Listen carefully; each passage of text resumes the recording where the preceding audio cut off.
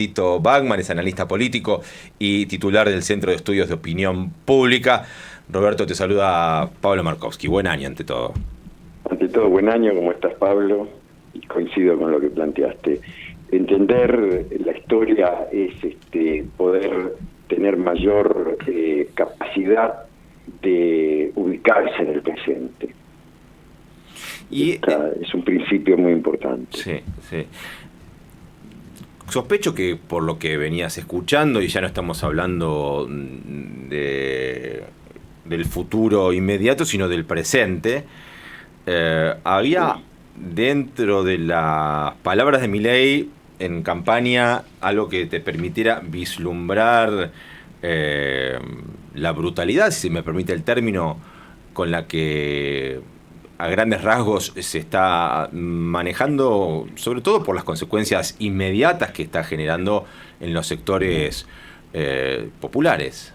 Sí, sí, incluso la clase media, o sea, sobre todo mucho más arriba. Sí.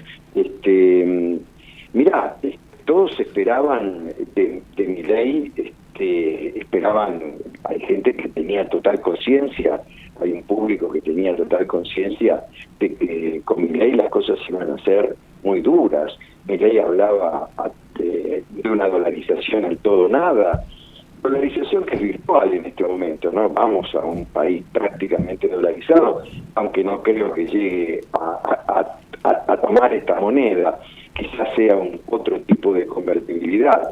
Vos te acordás de la motosierra, cuando aprendía la motosierra, el que decía que el ajuste no lo iban a pagar los ciudadanos de a pie, sino que lo iba a pagar la casta, ¿no? La casta política. Quizás también hablaba probablemente de la casta del Círculo Rojo, la casta empresarial. Nada de esto pasó, y nada de esto pasó porque Milei, que hizo una excelente primaria, las PASO, que ahora quiere eliminar, sacando el 30% y convirtiéndose en el candidato más votado, no pudo superar ese 30%, aunque sacó algunos votos más, pero bueno, hubo más votantes, eso ya se sabía, que entre las PASO y las generales hay un aumento importante de 8 o 9 puntos porcentuales de votantes. Sin embargo, quedó en el 30%, y ahí me parece que tomó conciencia que solo no le podía ganar a Massa, y aparece en escena el otro gran protagonista de este brutal ajuste, que se llama Mauricio Macri, y es protagonista desde las sombras, generando lo que hoy, a diferencia de lo que Milei vendía en esa primera etapa de campaña, ha generado lo que podríamos llamar el Macri-mileísmo, ¿no es cierto?, que es una conjunción de políticas absolutamente neoliberales, con ciertos toques de anarcocapitalismo, que no es todo anarcocapitalismo, no es el anarcocapitalismo que Milei prometía en la primera etapa de su campaña, hasta que le vino la gran desilusión por no haber podido ganar en primera vuelta en las elecciones generales. Estuvo mucho más cerca de lograrlo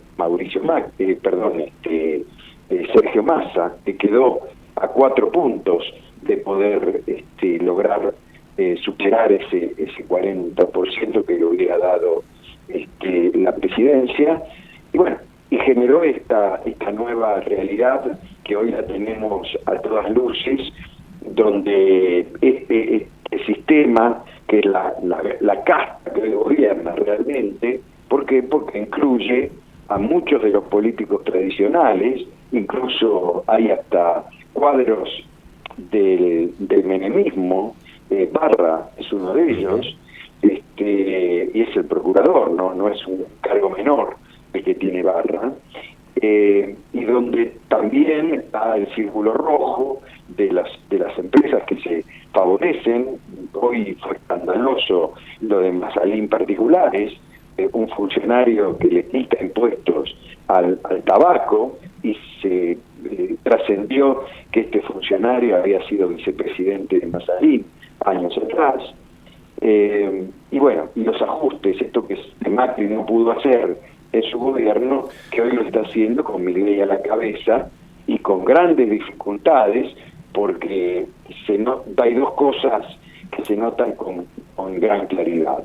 Primero, la falta de expertise político que tiene el círculo, es decir, la mesa chica de Milei, que manda un DNU desorbitante, un decreto de necesidad de urgencia con 600 artículos, imposible que eso se levante la mano a ojos cerrados. Hay cosas que son invotables. Ahora, el hombre dice, no voy a negociar nada. Está empezando a bajar eso, está empezando a bajarlo. Hoy ya había trascendido, ya lo dijo Martín Menem, que había algunas cosas que él tenía mandato de poder negociarlas, otras no.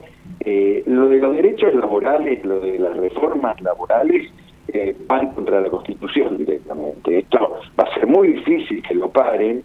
La judicialización va a ser compleja. Ellos pensaban que si se judicializaba, se lo hacía en el ámbito contencioso administrativo, donde tienen mucho poder, y que lo iban a manejar y se iba a llegar a la Corte. Bueno, esto hasta que llegue a la Corte, pero mientras tanto, bueno, se metió la justicia laboral, aceptó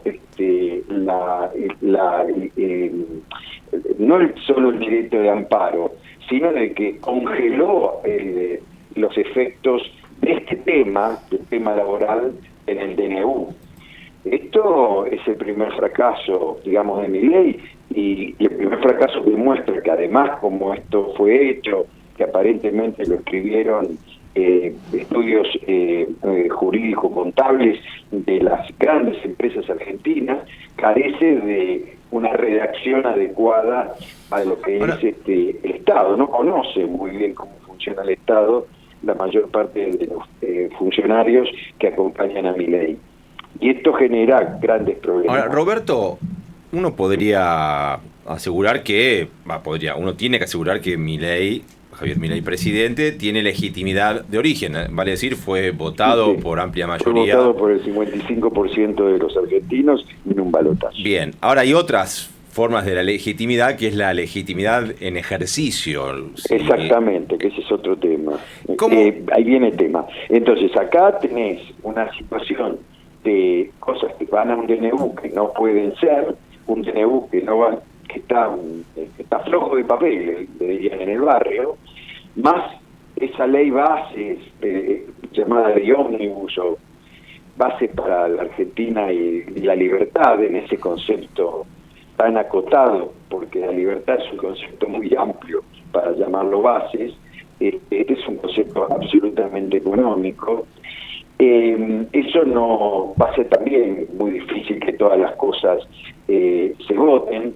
Eso se nota la falta de timing en decidir cosas, como por ejemplo meter en el DNU lo de las sociedades anónimas deportivas para hacerle un favor a Mauricio Macri. Eso no es de necesidad y urgencia, eso tiene que ir a otro lado. Es un detalle, pero al mismo tiempo, y acá está lo más grave, viene el ajuste feroz. Viene el ajuste feroz. Esto no se animó ni Martínez de Oz a hacerlo así. Cuando tenía la posibilidad de hacerlo, no necesitaba DNU, no necesitaba nada, era un gobierno militar. El que quizás se animó un poco más a esto y lo hizo, y obligó al plan Conintes, por las protestas gremiales, fue Alzogaray, en la década del 60 del gobierno de Frondizi, recordando la historia que vos señalabas, que fue cuando hubo muchas protestas gremiales, fue cuando Frondizi llegó al gobierno con el apoyo del peronismo y terminó con este desastre porque le cambiaron la sonada militar que hubo en un momento, le cambió el ministro de Economía, que era Frigerio, desarrollista. Este brutal ajuste va a dejar muchas consecuencias. Lentamente va a ir tocando a los propios votantes de Milei. Ya de por sí Milei bajó 6 puntos, de imagen positiva desde el 10 de diciembre a fin de diciembre. En 15 días fue tal la vorágine de estos cambios que quiere proponer, que van en contra de las clases populares, como vos bien dijiste, que bajó 6 puntos su imagen. Pero bueno, Milei todavía tiene un 30% de núcleo duro y un 25% que va y viene, que son votantes más de lo que era Juntos por el Cambio. Algunos son muy pro, otros son más radicales, y son los que el DNU no lo compran así nomás. Por eso el DNU tiene más rechazo que aprobación, aunque mucha gente dice todavía hay que esperar, hay que darle tiempo, este ajuste finalmente va a darlo. Le creen este invento que hacen de la inflación contenida, la inflación escondida, de la inflación para felicitarlo, porque la inflación va a dar 25 o 30% en lugar de 45%, como habíamos pensado que iba a dar. O sea, todas cosas muy traídas de los pelos, y que mucha gente todavía lo está apoyando. La derecha encontró un referente, y bueno, esto es lo que la Argentina votó, esto es lo que la Argentina ahora tiene que asumir. Y va a ser muy duro, porque esto recién empezó en diciembre. Imagínate enero, febrero y marzo, con los aumentos de luz, de gas, escuelas, bueno, ya aumentaron las prepagas. Se suele decir que nadie se anima a los padres y madres ante las compras para el inicio de las clases, que ahí hay una de las vísceras más sensibles en términos sociales. Y a eso voy. Las primeras manifestaciones, llamale cacerolazos, el pedido desde las bases a la Confederación General del Trabajo, que finalmente llama a una movilización. Movilización y paro. ¿Cómo me dice eso? ¿Cómo lees? Bueno, yo creo que eso son los primeros síntomas de un peronismo que sintió el golpe de las urnas. El peronismo hasta último momento pensaba que podía ganar esta elección, ¿cierto? Desde los últimos días del proceso electoral realmente fueron negros para el peronismo. Empezó no pasó hace tanto, pero ya estaría casi en el pasado todo esto, en el pasado no tan reciente, cuando fue la crisis del combustible, que de pronto los argentinos se quedaron sin combustible, especialmente en el interior del país, y ahí empezó a agrandarse la diferencia en un resultado que venía un par de puntos abajo nada más, de Massa, y a partir de ahí empezó a crecer la diferencia, porque fue como que los indecisos prácticamente en un 80%, 75% se decidieron por Milei.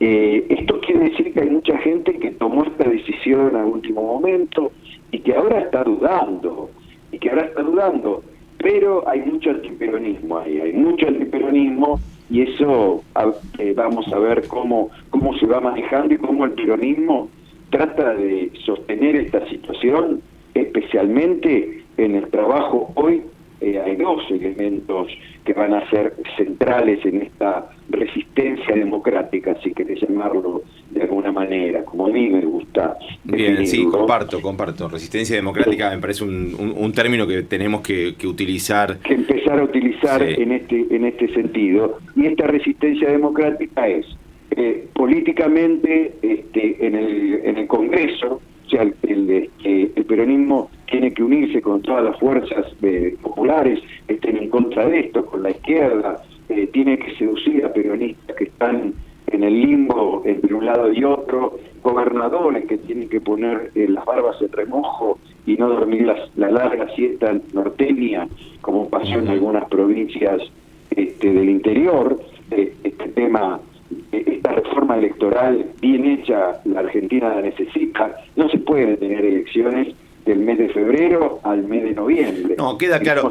Roberto, permitime redondear acá, y es preguntar, dentro de la lógica de esta resistencia democrática de la que vos hablás, queda claro que en este vigorizado encuentro de derecha y ultraderecha, nombraste a Macri y a Milei, que despliegan junto con los verdaderos dueños o el poder fáctico de la Argentina, y enfrente una gran dispersión que sintió el impacto de la derrota electoral.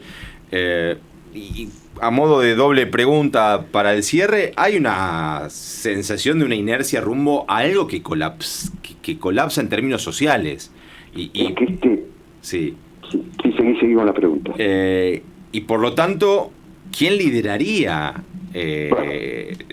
ante una crisis y colapso? Con esto no estoy hablando de que se caiga ningún gobierno, ¿no? Pero sí, por supuesto,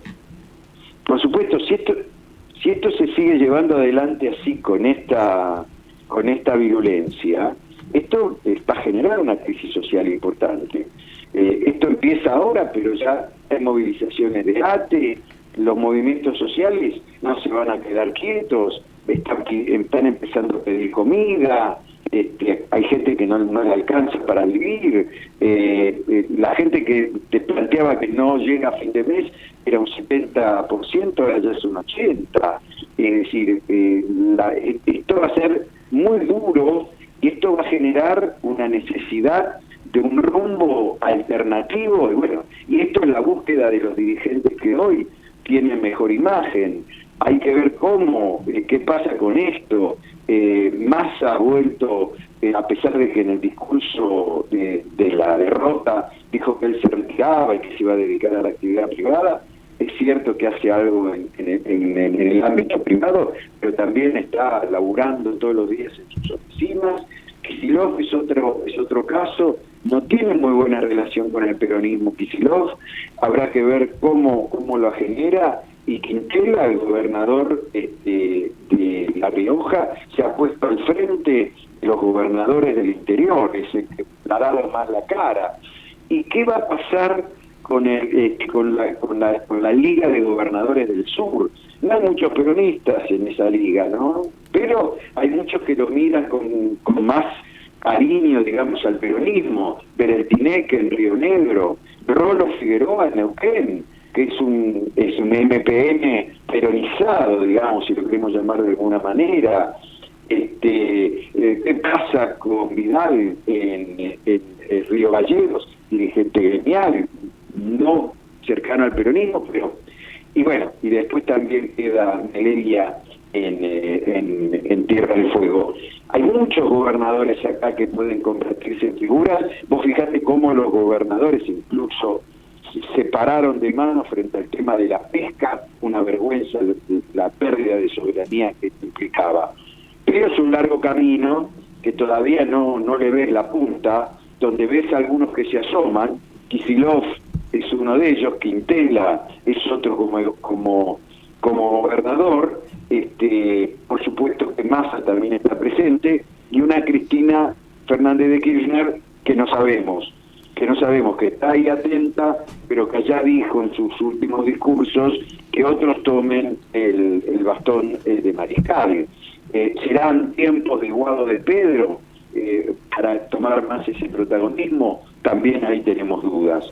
Entonces, creo que también hay un aprovechamiento de este peronismo que todavía no encuentra el formato y por eso querían hacer todo tan rápido, tan vertiginoso y tan violento que ha generado este ajuste feroz realmente desconocido en la Argentina.